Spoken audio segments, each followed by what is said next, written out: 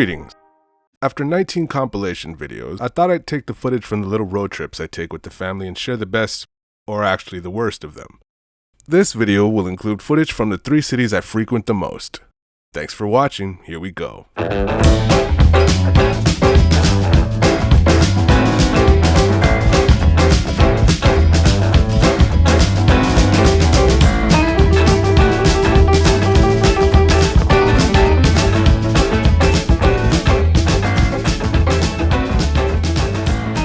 Welcome to Driving at SATX.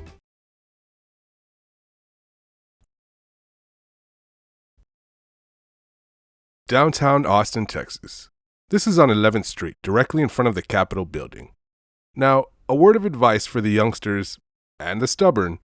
When driving down a hill, you want to watch your speed. You certainly don't want to let go of the vehicle and just let it roll down the hill and pick up as much speed as gravity will cause. 1, this is not safe. 2, this can get you in trouble. Trust me, rolling down a hill is not going to give you a pass for speeding if a police officer spots you going too fast. Just like this lady coming over this hill. She comes up over the peak and books it down the hill. Now, I don't have a way of knowing her speed, but of course the motorcycle state trooper was able to. He watches her come down the hill and turns on these festive lights to greet her as she gets to the bottom. Wasn't that nice of him? Heading down Old Torf Road, this part of the road, like many others, has a turn lane. These lanes were made equal to the other lanes so that you can move your entire vehicle into them and wait for an opportunity to turn and be the hell out of the way of everyone who's not trying to turn. So if you move into a turn lane but don't get all the way into it, like this, you really are fucking up, you know that, right? You're defeating the purpose of this lane. I mean, they use taxpayer dollars to measure this out. They pay crews to come out here and paint these lines with expensive equipment. Damn it, this is here to make this a better experience for all of us. And you're messing it all up. Come on. You can't tell me that getting all the way into the lane is a difficult task for fuck's sake. You know, cyclists don't get a lot of respect on the road.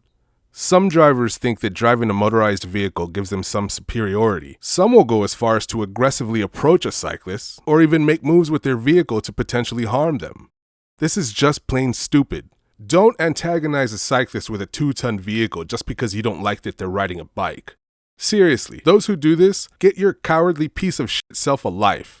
But at the same time, cyclists make up a community that is demanding respect on the streets because they just want to be able to ride and feel safe without assholes bothering them and making it unsafe. So when you're out here on the road representing this community that's trying to gain this respect, and you act like the laws don't apply to you, you're fucking it up for the cyclists who are trying to do it the right way. I mean, I can see that this is clear and that I would make it across the intersection in my car, but that's not how a red light works.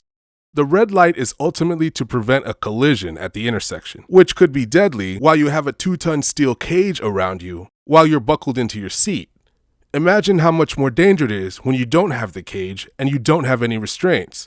I mean, if you can't process that, I don't think it's safe for you to even be walking around outside your home without supervision. Now we're driving down 37 to Corpus Christi. This is about 80 miles from the water. It looks like this driver tried to take the grass onto the highway. You know, like so many drivers that you see do around here. But this girl underestimated the mud and got herself stuck. Now she has someone trying to pull her out. I hope it all worked out for her. I bet she drives up to the ramp from now on too. Here we are approaching downtown Corpus. Looking ahead on the road is key. I've said this many times. It's important to look ahead and plan ahead so you don't make stupid, dangerous moves like this. People do this with way too much comfort, and it's a big reason we see the number of deaths on the road go up and up and up all year long. Seriously. Getting off the highway here, it's pretty tight and there are quite a few businesses here. It stands to reason that there would be a bit of traffic. Then add that there's clearly a bit of construction going on. But the problem here is extremely dangerous before any of that. As you can see, we're all coming up here, and this Kia pulls up to the end of the driveway and really just keeps going. They either saw this vehicle coming and displayed some of the worst speed and distance judgment I've ever seen, or they didn't even look at all. Either way, if this driver even has a license, it has to be because they have a family member working at DPS and they got hooked up.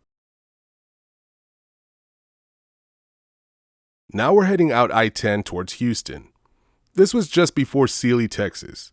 We're in a tight 2 lanes with no shoulders, but traffic is moving nicely, of course, until it isn't.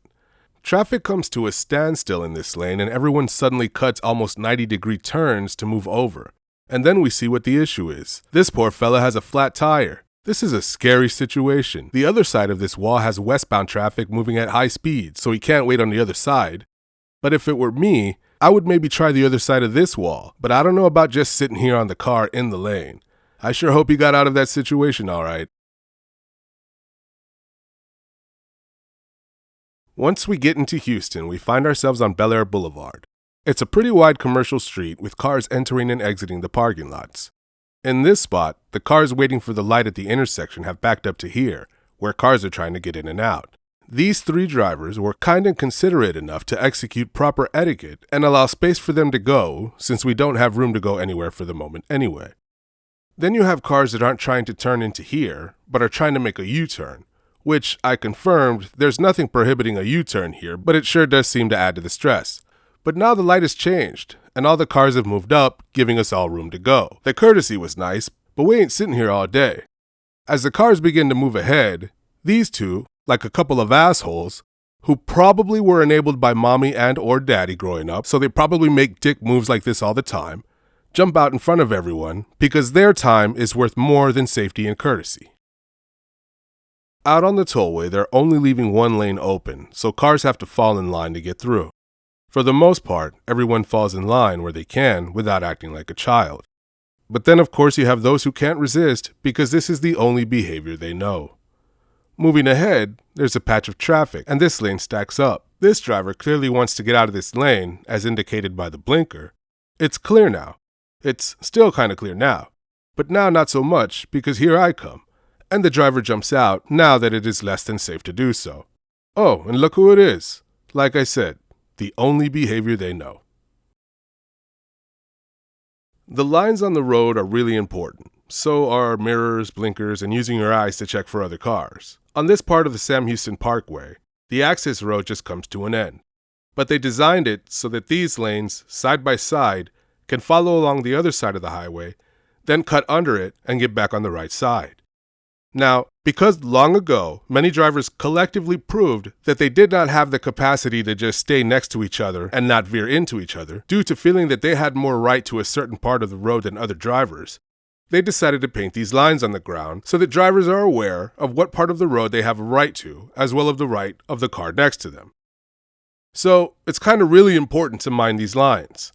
But this lady doesn't really comprehend that importance. She also seems to not be aware of all the cars around her, as she's driving like she's the only one here. First, she approaches this curve and makes her turn a little wide as though she's pulling a trailer, when the real solution would be to slow down as this sign is indicating here. Then, as we get to this curve, she turns way too soon, crossing into this lane where there is a car immediately next to her. Then, she finally gets to move over, and of course, she is too good to lift her finger and turn on the blinker. You know, one of the biggest burdens of driving because it can put so much strain on the body. Yep, driving around these cities is a lot like driving an SATX.